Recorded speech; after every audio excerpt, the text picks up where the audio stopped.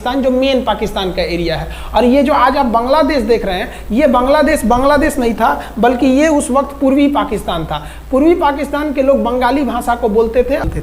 पाकिस्तान के लोग इन लोगों को बड़ा भद्दे मजाक करके बोलते थे, कहते तुम लोग गधे हो, कुछ नहीं जानते हो, किसी काम लायक नहीं हो, यूजलेस हो लोग, तुम लोग छोटे हो, काले हो, मतलब उल्टा सीधा मजाक कर रहे थे। पश्चिमी पाकिस्तान के लोग इधर के लोगों को पसंद नहीं करते थे। हो गया नहले पे दाला 1970 में। 1970 में इस पूर्वी पाकिस्तान के शेख मुजीबुर रहमान चुनाव जीत गए और वो यहाँ के प्रधानमंत्री के पद के चुनाव जीत गए। अब यहाँ की आर्मी ने क्या किया, उनको शपथ ही नहीं दिला रहे थे। इसलिए 70 के चुनाव जीतने के बाद शेख मुजीबुर रहमान जब देखे कि ऐसा है, तो उन्होंने अपना भाषण दिया 7 मार्च को और कहा कि अब हम इस पूर्वी पाकिस्तान को एक अलग देश बनाएंगे जिसका नाम रहेगा बांग्लादेश। इस भाषण की वजह से आर्मी ने, पाकिस्तान की आर्मी ने 25 मार्च 1971 को गिरफ्तार करके अब पश्चिमी पाकिस्तान में अरेस्ट करके बंदी बनाकर रख दिया और यहाँ पर जुल्म करना चालू कर दिया। कहाँ पर भाई? तो पूर्वी बंगाल में, पूर्वी पाकिस्तान में, पूर्वी बंगाल में नहीं, पूर्वी पाकिस्तान में इन्होंने जुल्म करना चालू कर दिया। शेख मुजीबुर रहमान के गिरफ्तारी के विरोध में यहाँ मुक्ति वाहिनी नाम कर एक विद्रोही गुट तैयार हो गया था। लेकिन पाकिस्तान के, पश्चिमी पाकिस्तान के लोगों ने इस पूर्वी पाकिस्तान पे इतना भयानक जुल्म किया कि इस पूर्वी पाकिस्तान में, इस पश्चिमी पाकिस्तान के लोगों ने यहाँ पर 30 लाख लोगों को कटवा दिया। 30 लाख लोगों को कटवा दिया। 4 लाख महिलाओं का बलात्कार कर दिया। अपने देश के 4 लाख औरतों का रेप किया यहाँ पे। इतना भयानक वो दृश्य है कि अगर हम उसको YouTube पे दिखा देंगे ना, तो YouTube हमारे ऊपर क्लेम करेगा, भैया आप ये सब इतने भयानक दृश्य नहीं दिखा सकते। आप अंदाजा लगाइए इनकी क्रूरता का। ये अपने देश पर इतना भयानक जुल्म कर रहे हैं। इतना भयानक जुल्म किया इन लोगों ने कि शेख मुजीबुर रहमान की गिरफ्तारी के बाद इस जुल्म का नतीजा ये हुआ कि अप्रैल 1971 तक भारत में यहाँ से लोग भाग के आ गए कि भैया हम जिंदा रहेंगे तब तो। और यहाँ 10 लाख लोग भारत में आ गए शरण लेने कि भैया हमको बचाइए। तो इंदिरा गांधी जानती थी कि जब तक यहाँ शांति नहीं होगा तब तक ये लोग वापस नहीं जा सकते थे। और शांति का एक ही था कि यहाँ पे घुस के इनको मारा जाए ताकि ये पश्चिमी पाकिस्तान वाले लोग यहाँ पर सुधर सके। तो इंदिरा गांधी ने इसके लिए बात की जनरल फील्ड मार्शल मानेकशॉ से। उन्होंने सेना प्रमुख मानेकशॉ से कहा, सैम मानेकशॉ से, कि आप अभी युद्ध कीजिए, हम आदेश देते हैं, आप अभी युद्ध कीजिए बांग्लादेश पे। हम अपने पड़ोसियों को इस तरह मरते नहीं छोड़ेंगे, आप इस पे हमला कीजिए। उस समय ये पूर्वी पाकिस्तान था। मानेकशॉ ने कहा कि ना, हम हमला नहीं करेंगे। कही अरे क्यों? कहा कि आप महीना देख रही हैं, अप्रैल का महीना है। अप्रैल के महीने का मतलब बरसात का दिन सर पे है और बरसात के समय पूरब का हाल क्या होता है, एकदम भयानक बाढ़ आ जाती है। और उन्होंने एग्जाम्पल भी दिया कि सिकंदर की फौज भी हाथी लेके आई थी और कीचड़ में फंस गई थी कि अगर यहाँ हम लड़ जाते हैं तो यहाँ बरसात रहेगा, हम यहाँ उलझ जाएंगे, ये एरिया सूखा रहेगा, चाइना का ऊपर से एरिया सूखा रहेगा, ये हमला कर देंगे, हमको 3 ओर से लड़ाई लड़ना पड़ेगा। मानेकशॉ ने इंदिरा गांधी से कहा कि आप 2-3 काम कर लीजिए। कब तक के लिए? कि नवंबर तक हम लोग युद्ध नहीं करेंगे, लेकिन अप्रैल से नवंबर के बीच में हम अपने सैनिकों को इस एरिया में लड़ने के लिए ट्रेनिंग दे सकते हैं। मुक्ति वाहिनी, उसको हम ट्रेनिंग दे सकते हैं। और इसी में 1971 में हमारी जो थी भारत और रूस की एक समझौता पर हस्ताक्षर हो गया। अब हम लोगों ने पाकिस्तान को एक बारूद के ढेर पर बैठा दिया था। इंतजार था तो इस बात का कि उस बारूद में एक चिंगारी की और पाकिस्तान तबाह हो जाता। इत्तेफाक देखिए, उस बारूद के ढेर पर खुद चिंगारी जलाई पाकिस्तान ने। कैसे? तो समझिए कैसे। हम लोग का था कि इधर हम लोग ऑफेंसिव हो जाएंगे, मतलब इधर भयानक हमलावर हो जाएंगे, और इधर हम लोग डिफेंसिव रहेंगे, मतलब इधर कम हमला करेंगे, ताकि हम लोग का मेन मकसद पाकिस्तान से युद्ध नहीं था। हमारा मेन मकसद था हमारे अपने बांग्लादेशी भाइयों पर जो जुल्म हो रहा था, जो उनकी बहनों को रेप हो रहा था, इतना भयानक किया था वहाँ पर पाकिस्तानियों ने कि बाप के सामने बेटी का रेप करते थे और उसके बाद बाप को मार के कहते थे तू भी रेप कर। इतना मतलब मानवता पूरी खत्म कर दिया गया वहाँ पर। तो भारत ने कहा कि इधर हम डिफेंसिव रहेंगे। पाकिस्तान को ये खबर लग गई कि भारत ना इधर कमज़ोर है। अरे भैया, इधर हम कमज़ोर थोड़ी हैं, इधर कम सैनिक रखे हैं और इधर हम भयानक रखे हैं, तो इसका मतलब ये थोड़ी है कि हम कमज़ोर हो जाएंगे। भैया कहा जाता है ना कि सोनार के घर का कचड़ा भी बनिया के बादाम से महंगा बिकता है। देखिए, हम लोग ठंडी का इंतजार ही कर रहे थे कि पाकिस्तान ने गलती कर दिया। उसने 3 दिसंबर को अचानक हमला कर दिया श्रीनगर पे, पठानकोट पर, चंडीगढ़ पर, यहाँ पर आगरा हवाई अड्डे पर तबातोड़ हमला कर दिया। एयरफोर्स का इतना भयानक हमला पाकिस्तान का भारत पर हुआ कि भारत देखते रह गया। धड़ धड़ पाकिस्तान की जहाजें एंट्री मार गई सब भारत में, उसकी एयरफोर्स एंट्री कर दी। इतना भयानक हमला था, इतना भयानक कि भारत का एक भी सैनिक नहीं मरा।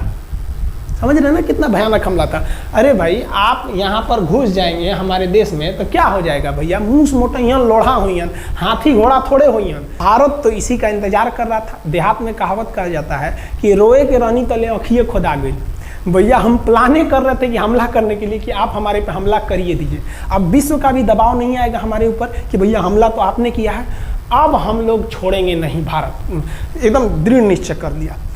इसी बीच पाकिस्तान को एक खतरनाक खबर लग गई। क्या थी खबर भाई? तो देखिए, पाकिस्तान को खबर लगी कि भारत की ज़्यादातर फौज इस पूर्वी पाकिस्तान की ओर डिप्लॉयड है और यहाँ राजस्थान के जैसलमेर जिला में एक जगह है लोंगेवाला। उस लोंगेवाला में केवल और केवल 120 फौजी हैं। और अगर पाकिस्तान ने सोचा कि 120 फौजियों को हम रातों रात मार देते हैं तो उस समय एयरफोर्स रात में लड़ाई नहीं कर सकती थी, इसलिए इन्होंने लोंगेवाला में एंट्री मार दी। पूरी भयानक टैंक लेकर, फौज लेकर, इन्फेंट्री लेकर, और उसको वो लोग लोंगेवाला में घुसने के लिए चल दिए।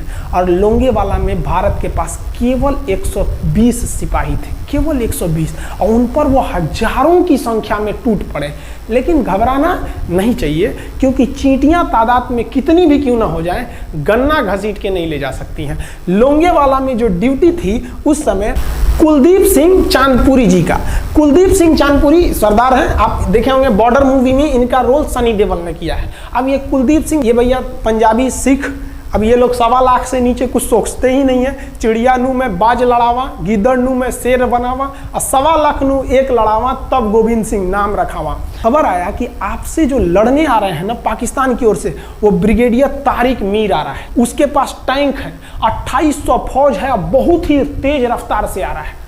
आपके पास केवल 120 जवान है कुलदीप सिंह, आप पीछे हट जाइए, आप पीछे हट जाइए, क्योंकि आपको हम ना, आप बहादुर हैं इसमें नो डाउट, लेकिन आप कैसे लड़िएगा उतनी भयानक फौज के पास से। यहाँ उन्होंने कहा खालसा सिख नहीं हट सकते, हम दिखा देंगे कि हम 120 भी उन पर क्या पड़ेंगे, भारी पड़ेंगे। इनके पास ना ही टैंक को उड़ाने के लिए कोई संसाधन थे, टैंक को मारने के लिए एक जीप पर लगा हुआ छोटा सा तोप था, और इनके पास 3 ठो माइंस लगे थे। माइंस समझते हैं आप लोग, टैंक जो होता है ना बम, उसको उड़ाने के लिए माइंस लगाए जाते हैं। तो देखिए ध्यान से, ये है माइंस, ये माइंस होते हैं। इस पर अगर टैंक चढ़ता है ना तो टैंक ब्लास्ट कर जाता है। तब इन्होंने दिमाग लगाया, इन्होंने क्या किया, जो खाली रेगिस्तान था ना उसमें ना आगे की ओर 3 ठो ओरिजिनल माइंस को लगा दिया, और जो खाना खाने वाला टिफिन होता है ना 4 खंदे वाला, इसे, उस टिफिन को इन लोगों ने रातों रात ना बिछा दिया ऐसे लाइन से। देखिए लाइन से पाकिस्तान की टैंक आई तो शुरुआत में तो भैया ओरिजिनल माइंस था, धड़ाम से लगा, पाकिस्तान की टैंक उड़ गई। पाकिस्तान का एक टैंक उड़ा, फिर दूसरा उड़ा, तीसरा उड़ा, पाकिस्तानी एकदम डर गए सब। ब्रिगेडियर तारिक मीर कहें कि भैया यहाँ तो माइंस लगा के रखा है इन लोगों ने, एक काम करो इंजीनियरों को बुलाओ, पूरा माइंस निकालो। अब ब्रिगेडियर जो हमारे मेजर कुलदीप सिंह थे, ये जानते थे कि बाबू अगर हम तुमको रात भर रोक दिए ना तो सुबह हमारी एयरफोर्स आएगी, तुमको जिंदा नहीं छोड़ेगी। इसलिए इन्होंने पूरा टिफिन बिछाया था। इन पाकिस्तानियों ने 6 घंटे लगा दिए उनको निकालने में। इंजीनियर आते थे तो डर के मारे टिफिन निकालते थे, अरे बाप रे बाप, और टिफिन में तो ईंटा पत्थर भर देते थे और डर के ले जाते, अरे भागो भागो भागो, माइंस है। इसको लगाते लगाते इन लोगों ने पूरी रात बिता दी।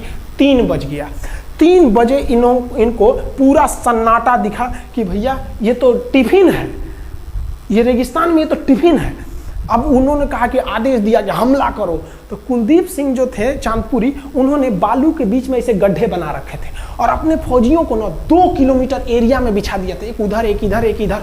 तो चारों ओर से फायरिंग होती थी। पाकिस्तानियों को लगी ना कि भैया हमको गलत इंफॉर्मेशन मिल गया है, 120 को मिल के ऐसे थोड़े मारेगा सब। सोच रहा उधर से गोली, इधर से गोली, धड़ाधड़ बम, गोला दारू सब चल रहा है यहाँ पर। इतना भयानक कहीं कोई 120 आदमी मिल के ऐसे मारता है? नहीं भाई, इतना भयानक सुनसान एरिया में कहाँ से कौन मार रहा है, एकदम तबाही मचा दिया।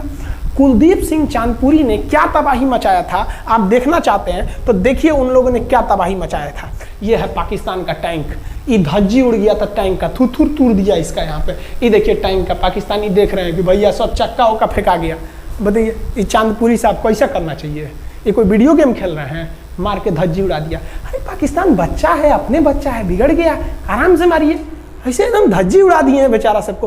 पाकिस्तान के टैंक को धज्जी उड़ा के उस पर भारतीय सैनिक खड़ा होकर फोटो खिंचवा रहा था। फोटो खींचे, उस समय सेल्फी नहीं था ना, तो आगे से फोटो खींचना, फोटो खींचे। यहाँ पे आने वाली पीढ़ियों को ये प्रेरणा देगी। बताइए इतना सुंदर गाड़ी लेके आया था पाकिस्तान मारने के लिए, हाँ बेचारा ऐसे मारा जाता है? हाँ अरे ब्रिगेड मेजर साहब आप भी बच्चा है, बच्चा को थोड़ा आराम से मारिए। देखिए इसका थोबड़ा बिगाड़ दिया गाड़ी का। ओहो, ऐसे नहीं मारना चाहिए, लेकिन क्या कीजिएगा, बच्चा बिगड़ जाता है तो धोना ही पड़ता है। ये हाल कर दिया रात भर में। सोचिए रात में इतना बुरा मारा, दिन में दिखता तो पूछ डाल रहा पूरा। एकदम भयानक तबाही मचा दिया मेजर कुलदीप सिंह चांदपुरी ने। इनके आगे कौन खड़े थे? ब्रिगेडियर पाकिस्तान के ब्रिगेडियर साहब को कहने लगी भैया ये तो बहुत बुरा मार रहा है सब। तब तक हो गया सुबह, और सुबह के वक्त हमारे जो हंटर जहाज थे, उस समय जो जहाजें थी वो हंटर जहाज थी। ये हंटर जहाजें रात में नहीं उड़ सकती थी, लेकिन दिन में उड़ सकती थी। रात भर तक कुलदीप सिंह चांदपुरी ने ऐसा कूचा पाकिस्तानियों को, इतना कूच दिया कि भोर हुआ तो बाकी का कसर पूरा कर दिया हमारे हंटर विमानों ने। ये हंटर विमान जब आए सब तो इतना भयानक तबाही मचाए सब पाकिस्तान के जहाज़ों का कि आप हुलिया देखेंगे ना, पाकिस्तान के टैंक का ऐसे पड़ गया। ये सब टैंक पूरा तबाह हो गया है, सब पूरी तरह ध्वस्त हो गया इतनी भयानक युद्ध में। 3 तारीख को पाकिस्तान ने हमले की शुरुआत की और ये 4 तारीख का शकल देखिए पाकिस्तान का। इतना भयानक धज्जी उड़ा दिया पाकिस्तान का जिसका कोई हद नहीं। पाकिस्तानियों को दुम दबा के भागना पड़ा। ब्रिगेडियर साहब भागे, कहें कि भाग भैया न तो ये सब जान ले लेगा सब। हम लोगों ने पाकिस्तान के टैंकों को अपने यहाँ रख लिया है म्यूजियम में। आज भी जाके देखिएगा ना तो इन टैंकों को डर के मारे पाकिस्तानी छोड़ के भाग गए कि भागो भाई यहाँ पर। ये 120 जवानों का जलवा था। और पाकिस्तानी कहते हैं कि हिंदुस्तान के लोग क्या लड़ेंगे? अरे भैया हम आपको औकात दिखाते हैं आपकी, ये आपका टैंक है, आके ले जाइए, हिम्मत है तो लेके जाके दिखाइए यहाँ पर। हाल तो ये हो गया था ना कि हम लोगों ने जो पाकिस्तानियों की जान ली थी ना, डर के मारे वो लाश उठाने नहीं आए थे, लाश को गिद्ध खा गए थे सब। हम लोग बोल रहे थे कि भैया हम गोली नहीं चलाएंगे, लाश लेके चल जाओ। हम नहीं जाएंगे, तुम लोग रेगिस्तान को कब्रिस्तान बना दिए हो। रेगिस्तान को कब्रिस्तान हम लोग हमला करने आए थे, शुरुआत तो तुमने किया था यहाँ पे। तो ये गिद्ध खाए थे सब, सफाई उफाई का काम ये किए थे सब। अब पाकिस्तान हम लोग को धमकी देता है। अभी के समय में तो मत सोचिएगा, जानते हैं क्यों? देख लीजिए इधर अभी कौन बैठा है भारत में, समझ में आ रहा है? आप लोग तो पहले पाकिस्तान वाले लोग इस बात पर रिसर्च कीजिए कि इनमें ज़्यादा खतरनाक कौन है आपके लिए। हमको तो यही ज़्यादा खतरनाक लगते हैं भाई, समझ में आया आप लोग को? तो अभी देखिए ध्यान से, यहाँ पर पाकिस्तान ने जो हार हुई थी लोंगेवाला में, ये हार में पाकिस्तान की तो कमर टूटी और पाकिस्तान का पूरा मनोबल टूट गया कि ससुरा 120 को मिल के ऐसे कैसे धो दिया सब। बताइए इतना भयानक धोया जाता है। तो ये शुरुआत तो इन्होंने किया 3 तारीख को, 4 तारीख को हमने धो दिया। अब बचा नेवी कही कि भैया आर्मी को मौका दिए, एयरफोर्स को मौका दिए। रात में आर्मी धोई, सुबह में एयरफोर्स धोई, हम नहीं धोएंगे क्या? हम भी धोएंगे। नेवी कब पहुंची? 5 दिसंबर 1971 को कराची पहुंच गई। और कराची में जब पहुंची ना तो कराची को तबाह कर दिया। इतना भयानक बम्बार्डमेंट किया कराची पर कि कई दिन तक कराची बंदरगाह पर आग लगा था। और कराची बंदरगाह को तो उन्होंने ऐसा धज्जी उड़ाया जिसे लग रहा था सिंधु सभ्यता बना दिया उनको। तो पाकिस्तान की, पश्चिमी पाकिस्तान का कमर टूट गया। पाकिस्तान वालों ने कहा कि ससुरा सब बोल रहा था सर कि हम इधर डिफेंसिव है, यानी ज़्यादा हमला नहीं करेंगे, ज़्यादा हमला इधर करेंगे। ससुरा इधर कैसे मार रहा होगा सब, अभी इधर भी बताते हैं कैसे मारा सब। ये कराची पहुंच गया। आप देखेंगे क्या हाल किया था सब कराची पे। कराची में जब मारा गया था ना इन पाकिस्तानियों को, तो ये पाकिस्तानी भाग गए थे सब ग्वादर में। ये ग्वादर भाग गए। अभी इनसे ग्वादर भी जाने वाला है, पूरा राज्य चला जाएगा इनसे, बलूचिस्तान। छुप के गए थे लोग ग्वादर बंदरगाह पे। अगर हम झूठ बोल रहे हो तो आप खुद पता कीजिएगा अपने यहाँ के इतिहास में भाई। हिंदुस्तान ये ग्वादर बंदरगाह पे छुप गए थे सब। आप देखिए कराची का क्या हाल हुआ था उस समय। हमारे एयर नेवी ने क्या हाल किया था। पाकिस्तान का जितना जहाज बस मिल जाए कि भैया ये जहाज किसका है, तो भैया जब पता चले कि भैया ये जहाज पाकिस्तान का है, ये हाल हो जा रहा था जहाज का। यहाँ देख लीजिए इनका पूरा ध्वस्त का। भैया ऐसे मारा जाता है? हाँ, अरे भाई बच्चा को बच्चा की तरह मारना चाहिए। इंडिया की नेवी ने भी हद कर दिया। बताइए इस तरह मारा जाता है? हाँ, यहाँ देख लीजिए पूरा का पूरा धज्जी उड़ा दिया इन लोगों को। अरे भाई बच्चा है, बिगड़ गया है तो थोड़ा सा आराम से न मारिएगा, कि देख रहे हैं इस तरह से मारा पूरा पाकिस्तान के, कराची बंदरगाह उड़ गया। तो पाकिस्तान का तो इधर से तो पूरा का पूरा धज्जी उड़ा दिया। अभी शुरुआत हुए युद्ध के केवल 2 दिन हुए हैं, आप दिल थाम के रखिए, अभी युद्ध लंबा चलने वाला है। 3 दिसंबर को स्टार्ट किए, 4 दिसंबर को हम लोग लोंगे वाला धो दिए, अब 5 दिसंबर को कराची। अब पाकिस्तान ने ना भारतीयों को तबाह करने के लिए भारत का सबसे खतरनाक जहाज था INS विक्रांत। INS विक्रांत को बर्बाद करने के लिए ना इसने यहाँ से भेज दिया INS PNS गाजी को। गाजी एक पनडुब्बी थी, उसको आदेश दिया गया कि जाके मार के आओ, किसको? विक्रांत को, क्योंकि अगर विक्रांत जहाज डूब जाता तो वाकई उस समय हमको युद्ध जीतने में बहुत दिक्कत आ जाती। तो ये गाजी कैसे डूबा, इसको हम लोग एगो खराब जहाज से मार दिए। तो अब इधर समझते हैं कि जब उधर इतना भयानक धोए तो इधर कितना बुरा धोए होंगे, इसको बारे में हम लोग समझते हैं। भारतीय सेना अब पूरब की ओर क्या क्या काम की, इसको ध्यान से समझिए। ये मुक्ति वाहिनी जो थी बांग्लादेश की, वो अंदर ही पाकिस्तानी फौजियों को मार रही थी गली कुची में दौड़ा दौड़ा के, क्योंकि इन पाकिस्तानी फौजियों ने वहां पर रेप किया, मर्डर किया, और इनका साथ दे रही थी इधर से हमारी इंडियन आर्मी और ऊपर से हमारा एयरफोर्स। ये तबाह कर दिए थे, इनको भागने के लिए भी जगह नहीं था। और इसी में इनका सबसे बड़ा सरदर्द बन गया था इंडियन नेवी, क्योंकि इनको जो मदद थी, देखिए ये पूर्वी पाकिस्तान है, इनको मदद जब भी मिलेगी तो इधर से ही मिलेगा। अब बताइए, यहाँ से तो कोई जाएगा नहीं, बेवकूफ़ भी नहीं होगा जो इधर से मदद करने जाएगा। रास्ते में ही एयरफोर्स मार के गिरा देती थी, ट्रक वगैरह जाएगा नहीं, तो नेवी से ही इन लोग मदद देते थे। भैया यहाँ पे जो इनके फौजी लड़ रहे थे उनको खाना पीना भी खत्म हो गया था। अब इनको बर्बाद कर दिया भारत। INS विक्रांत, INS विक्रांत उस समय का बहुत बड़ा जहाज था इस साउथ एशिया के देशों का, और यहाँ से उस इतना बड़ा जहाज था कि उसके ऊपर से लड़ाकू जहाजें उड़ती थी। वो एयरफोर्स यहाँ से भी बम मारता था, मिसाइलें मारता था, ऊपर से लड़ाकू जहाजें और हेलीकॉप्टर छोड़ देता था, जो ताकि मुक्ति वाहिनी को कोई दिक्कत ना है। मुक्ति वाहिनी मारती थी और आर्मी पूरी तरह से उसने यहाँ से हमारा विक्रांत ने चटगांव बंदरगाह को तबाह कर दिया। अब बांग्लादेश का देखिएगा वर्तमान में, उस समय तो पूर्वी पाकिस्तान था, ये चटगांव उस समय पाकिस्तानी आर्मी नेवी का एक बहुत बड़ा केंद्र था। इधर हम लोग ने उड़ा दिया कराची, इधर उड़ा दिया हम लोग ने चटगांव। अब मुक्ति वाहिनी को कोई खास दिक्कत नहीं आ रहा था। अब पाकिस्तान ने कहा कि हर हाल में इस विक्रांत को बर्बाद करो। देखिए ये विक्रांत है, विक्रांत जहाज जो था, इस पे से इसके ऊपर देखिए आपको लड़ाकू जहाजें दिखेगी। PNS गाजी को क्या आदेश दिया गया था भाई, कि तुमको जाना है और इस विक्रांत को बंगाल की खाड़ी में जाने के बाद इसी में डुबा देना है। अब पाकिस्तान वालों का इतना दिन तो अच्छा था नहीं, भारतीय खुफिया एजेंसी को पता चल गया कि पाकिस्तान की पनडुब्बी वो समुद्र के अंदर अंदर चलती है, उसको साइलेंट किलर कहा जाता है। पाकिस्तान की पनडुब्बी चल दी है पश्चिमी पाकिस्तान से बंगाल की खाड़ी की ओर, ये अरब सागर से बंगाल की खाड़ी की ओर चल दिया। अब विक्रांत को बचाना हर हाल में जरूरी था, इसलिए हम लोग विक्रांत को छुपा दिए, मतलब थोड़ा सेफ्टी दे के रखने लगे।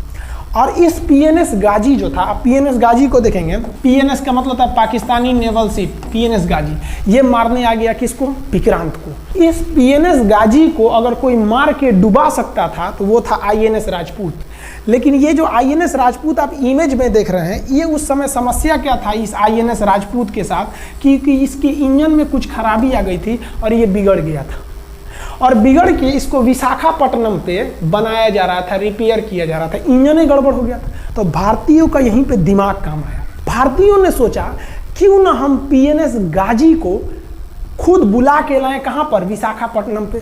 तो लोगों ने कहा कि भैया ये आएगा विशाखापट्टनम में, कि आओ INS राजपूत हमको मार दो। तो कहा कि नहीं, देखिए कैसे आएगा। भारतीयों को पता था कि हिंदुस्तान में पाकिस्तानियों के कुछ न कुछ जासूस होंगे और वो पाकिस्तान को पल पल की खबर दे रहे होंगे। भारतीयों ने क्या किया, INS विक्रांत के जितने भी अधिकारी थे उनसे कहा कि आप लोग अपने अपने घर फ़ोन कीजिए कि हम विशाखापट्टनम आ रहे हैं, तुम लोग हमको छुट्टी मिला है, विशाखापट्टनम में 10 दिन रुकेंगे, हमारे लिए तुम लोग खाना पीना अच्छा से बनाओ। लड़कों से उन लोगों को खबर खिला दिया। विशाखापट्टनम में जितने मछुआरे थे उनको कहा गया कि आप लोग हट जाइए, बहुत बड़ा जहाज आने वाला है, बहुत बड़ा जहाज विक्रांत आ रहा है, यहाँ पे आप लोग खाली कर दीजिए, INS विक्रांत आ रहा है। यहाँ पर क्या किया गया, ऑर्डर दिया गया, बहुत सारे फल सब्जी अंडा ब्रेड, कि भैया ये इतने बड़े जहाज के लिए जा रहा है, 6 महीने का खाना चाहिए। ये खबर आग की तरह फैल गई पाकिस्तानियों को, और पाकिस्तान में खबर लग गई कि भैया INS विक्रांत यहाँ नहीं है, INS विक्रांत विशाखापट्टनम पे है। अरे बकलोलवा, विशाखापट्टनम पर PNS गाजी की मौत यमराज इंतजार कर रहा था INS राजपूत। ये गधा जो था PNS गाजी, ये मुड़ गया किधर की ओर, विशाखापट्टनम की ओर। और विशाखापट्टनम पर चुपचाप शांति से खड़ा हुआ जहाज INS राजपूत इंतजार कर रहा था, तो पानी के अंदर अंदर आओ, ये भी बाहर निकला हुआ है, पानी के अंदर रहती है।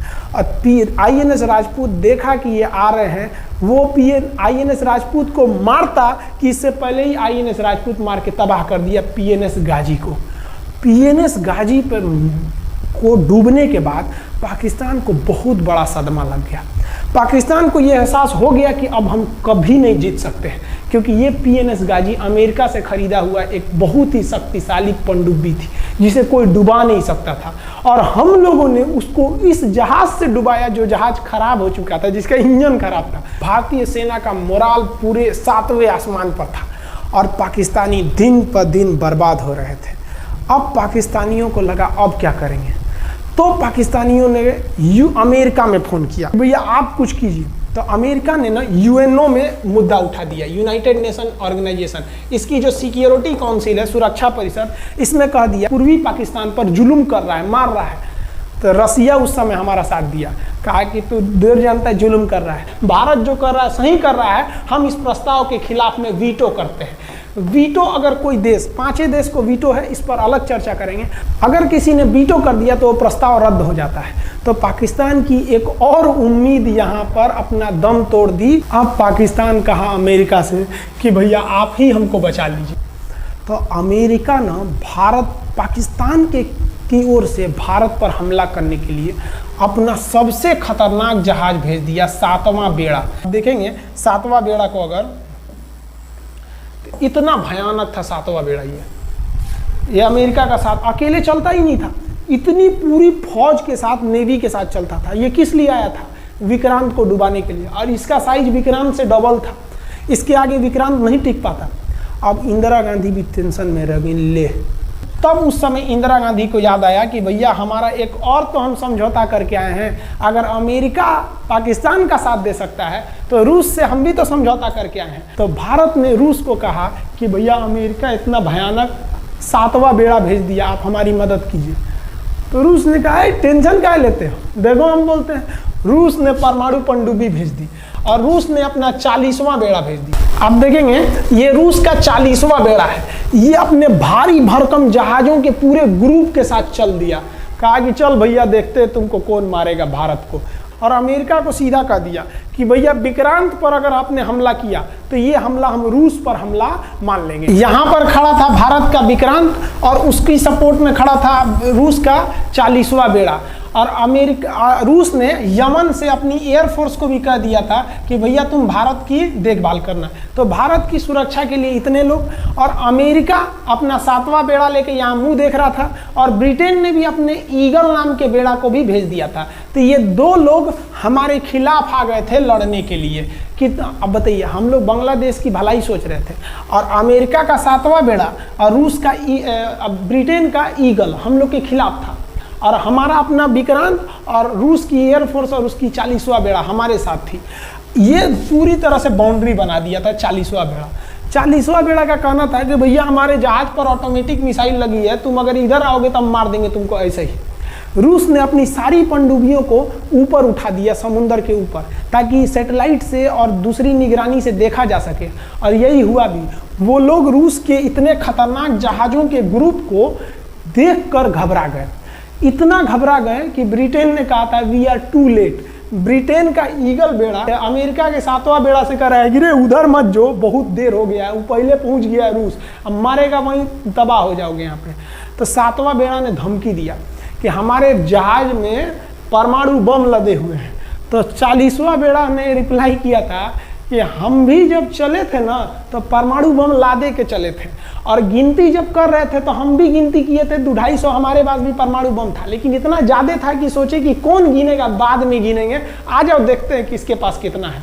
तो रूस ने हमसे सच्ची दोस्ती निभाई थी, और इधर शेख मुजीबुर रहमान की जो मुक्ति वाहिनी थी वो अपना काम कर रही थी। अब भारत आर पार की लड़ाई में था। पाकिस्तान हर मोर्चे पर हारते जा रहा था। भारत सरकार ने पाकिस्तान पर मनोवैज्ञानिक दबाव बनाने के लिए निर्मलजीत सिंह अरोड़ा ने एक प्लान बनाया। उन्होंने एयरफोर्स को पूर्वी पाकिस्तान यानी जो अभी बांग्लादेश है तो ढाका के ऊपर एयर ड्रॉप करा दिया, हवाई जहाज से सैनिकों को उतार दिया और उन सैनिकों के भेष में उसमें सैनिक कम थे और उसमें केवल पुतलों को नीचे उतारा गया था। ये केवल इंडियन आर्मी जान रही थी कि पुतला नीचे उतरा है सर, लेकिन मीडिया ने तो इसको खबर को आग की तरह फैला दिया। और इसमें हम धन्यवाद देना चाहेंगे हाथ जोड़कर BBC न्यूज का। और BBC ने ये छाप दिया कि इंडियन एयरफोर्स ने ढाका पर 5000 एयर ड्रॉप करा दिया फौजियों को। अब ये गली गली खोज खोज के पाकिस्तानी फौजियों को मारेंगे कि तुम क्यों मार रहे हो हमारे बांग्लादेशी भाइयों को। और बांग्लादेश की मुक्ति वाहिनी वैसे ही उनके पीछे पड़ी हुई थी पाकिस्तानियों के। अब पाकिस्तानियों का पूरा मनोबल टूट गया, पाकिस्तानी गली गली छुप गए सब। सोचिए ये पुतला से डर जा रहे थे सब, रियलिटी में ये फौजी नहीं थे, ये पुतला गिराया गया था एयर ड्रॉप करके। अब वो लोग डर के मारे भाग गए यहाँ पर। अब एयरफोर्स ने देखा कि उसकी एक छोटे से वैज्ञानिक दबाव का इतना खतरनाक असर पड़ा है। एयरफोर्स ने कहा कि अब एक काम करते हैं, अब आर पार को अब ठोक डालते हैं पाकिस्तान को, अब जो होगा सो देखा जाएगा। एयरफोर्स ने बांग्लादेश के जो गवर्नर थे उनके घर पे हमला कर दिया। अब वो घर में नहीं थे, वो तो बच गए। बचने के बाद डर क्या होता है, देखिए डर किसको कहा जाता है। जो उनके गवर्नर हाउस थे AH मलिक, इन्होंने त्याग पत्र दे दिया। भैया जिंदगी रहेगी तो बहुत नौकरी करेंगे, डर के मारे त्याग पत्र दे दिया। सोचिए गवर्नर, क्योंकि पाकिस्तान का एक राज्य ही तो था पूर्वी पाकिस्तान। जैसे हमारा एक राज्य है उत्तर प्रदेश, बिहार, महाराष्ट्र, वहाँ पे भी गवर्नर होते हैं ना, संवैधानिक हिसाब से गवर्नर मालिक होता है उस जगह का। त्याग पत्र दे दिए। सोचिए ये डर था उनके अंदर। निर्मलजीत सिंह अरोड़ा जो लेफ्टिनेंट जनरल थे, जनरल तो हमारे मानिक शाह थे, लेफ्टिनेंट जनरल थे जिन्हें बांग्लादेश जीतने की जिम्मेदारी दी गई थी, मतलब उसे सुरक्षा करने की जिम्मेदारी दी गई थी। वो पाकिस्तान के लेफ्टिनेंट जनरल नियाजी से बात किए और उन्हें कहे कि हम आपको आधा घंटा का टाइम देते हैं और आप इस आधा घंटा में विचार कीजिए आप सरेंडर करते हैं कि नहीं। अगर आप सरेंडर कर देंगे तो हम आपको गारंटी देते हैं कि आपके सैनिकों को जिंदा रखा जाएगा, और अगर आप हमारी बात को नहीं मानेंगे, देखिए गवर्नर साहब के घर है, कोई ठीक नहीं है, आपके घर पे भी यही हो जाएगा। क्योंकि अगर आप हमारे सामने सरेंडर नहीं करिएगा तो याद रखिए हम अपने हमले को 10 गुना और तेज कर देंगे। और हार तो आप चारों ओर से गए हैं। भारत चाहता था कि जल्दी से जल्दी इस युद्ध को खत्म किया जाए, क्योंकि अब ये अंतर्राष्ट्रीय मैटर हो चुका था। अब अमेरिका अपना नाक पे ले लिया था कि भैया हमारा जहाज मार के गिरा दिया। अब PNS गाजी उसी की पनडुब्बी थी, वो तो पाकिस्तान को दिया। 7वां बेड़ा को नहीं घुसने दिया था, अमेरिका की किरकिरी हो रही थी। ब्रिटेन के ईगल को घुसने नहीं दिया, उसकी किरकिरी हो रही थी। अब भारत को उस समय लोग कहते कि ये गरीब देश है, अभी आज़ाद हुआ है। 1971 में हमारी यही हाल थी और सारे लोग कह रहे थे, हम उसको गरीब समझ रहे थे, रुआ के रख दिया अमेरिका को, हर जगह धो दिया पाकिस्तान को। अब बेचारे नियाजी क्या कर सके। नियाजी को आधे घंटे का टाइम दिया गया। 16 दिसंबर 1971, याद रखिएगा दिन, 16 दिसंबर 1971। ये हमारे इतिहास का 13 दिन के युद्ध में हमने पाकिस्तान को धूल चटा दिया था, क्योंकि 3 दिसंबर को पाकिस्तान ने युद्ध स्टार्ट किया था और 16 दिसंबर को हम लोगों ने जनरल नियाजी से आत्मसमर्पण करवा लिया।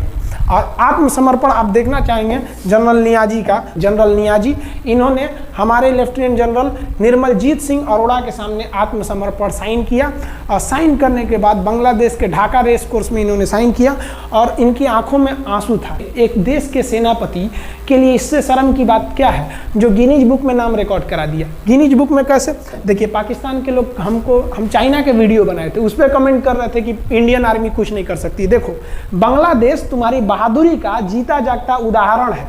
तुम्हारे यहाँ का 93,000 फौज, सोचिए 93,000 सैनिक पूरी दुनिया में आज तक आत्मसमर्पण नहीं किया। ये 93,000 लोगों ने आत्मसमर्पण कर दिया। देख लीजिए, ये अपना बंदूक फेंक दिए, अपने स्टार नोच के उतार दिया कि भैया हम लीजिए आत्मसमर्पण कर रहे हैं, बेल्ट उतार के दे दिया, अब चलिए जहाँ ले जा रहे हैं, जितना लाठी मारना है हमारी, आत्मसमर्पण।